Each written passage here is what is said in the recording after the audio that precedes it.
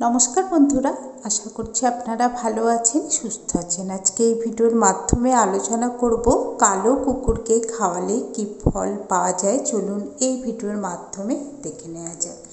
প্রথমেই বলি, কালো কুকুরকে শনিদেবের বাহন বলা হয়ে থাকে, আর শনিবার যদি কালো কুকুরকে খাওয়ানো যায় তাহলে অত্যন্ত শুভ ফল পাওয়া যায়। এবং প্রত্যেক শনিবার যদি একটি করে রুটি কালো কুকুরকে খাওয়ানো হয় তাহলে শনিদেব খুশি হন। এবং জ্যোতিষশাস্ত্র অনুসারে শনিদেব ছাড়াও কালো কুকুরকে কালভৈরবের বাহন মনে করা হয়, তাই কালো কুকুরকে খাওয়ানো অত্যন্ত শুভ। এবং কালো কুকুরকে রুটি খাওয়ালে কালসর্পের মতো দোষও, ভয়ানক দোষ থেকে মুক্তি পাওয়া যায়। এবং কুকুরকে সেবা করলে ও রুটি খাওয়ালে শনিদেব খুব খুশি হন। এবং সেই সাথে শনিদোষ যাদের থাকে বাস্তুশাস্ত্র অনুসারে সেই শনিদোষও অনেকটাই কেটে যায়, যার ফলে কুকুরের সেবা করা উচিত। কুকুরের সেবা করলে, সেই কারণে কুকুরের সেবা করা উচিত।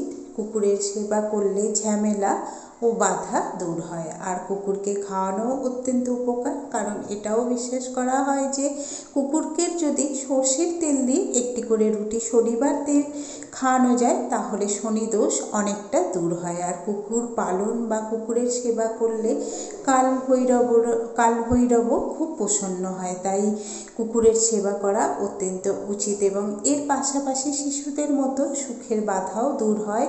শুধু তাই নয়, অর্থ সংক্রান্ত সমস্যাও দূর হয় এবং বাড়িতে মঙ্গলময়